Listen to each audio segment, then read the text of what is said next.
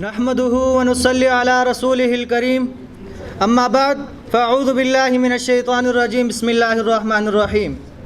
مہمان گرامی اور میرے دیگر معزز ساتھیوں، السلام علیکم۔ وقت تھوڑا سا، مقصد میرا سمندر کو کوز میں بند کرنا ہے۔ آج کا دن ان شہداء کے نام ہے جنہوں نے 1947 سے لے کر 2018 تک وطن عزیز ملک پاکستان کو درپیش بیرونی اور اندرونی خطرات کا مقابلہ کرتے ہوئے اپنی جانوں کا نذرانہ پیش کیا۔ جناب صدر، 6 ستمبر کا دن وہ دن تھا کہ گیدڑ ایک شیر کے پنجرے میں ہاتھ ڈال رہا تھا۔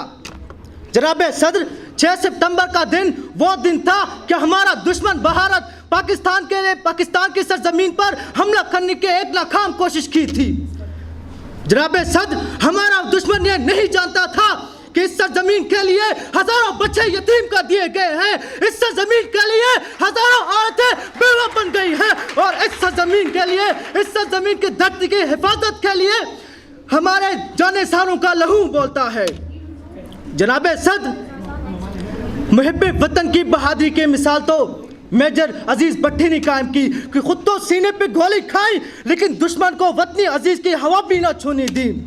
میں اس ماں کی حوصلے کو سلام کرتا ہوں جو بلا کی لاش کو دیکھ کر کہتی ہے، خدایا تیرا لاکھ لاکھ شکر ہے کہ میرا بیٹا وطن عزیز ملک پاکستان کی خاطر جان قربان ہوا۔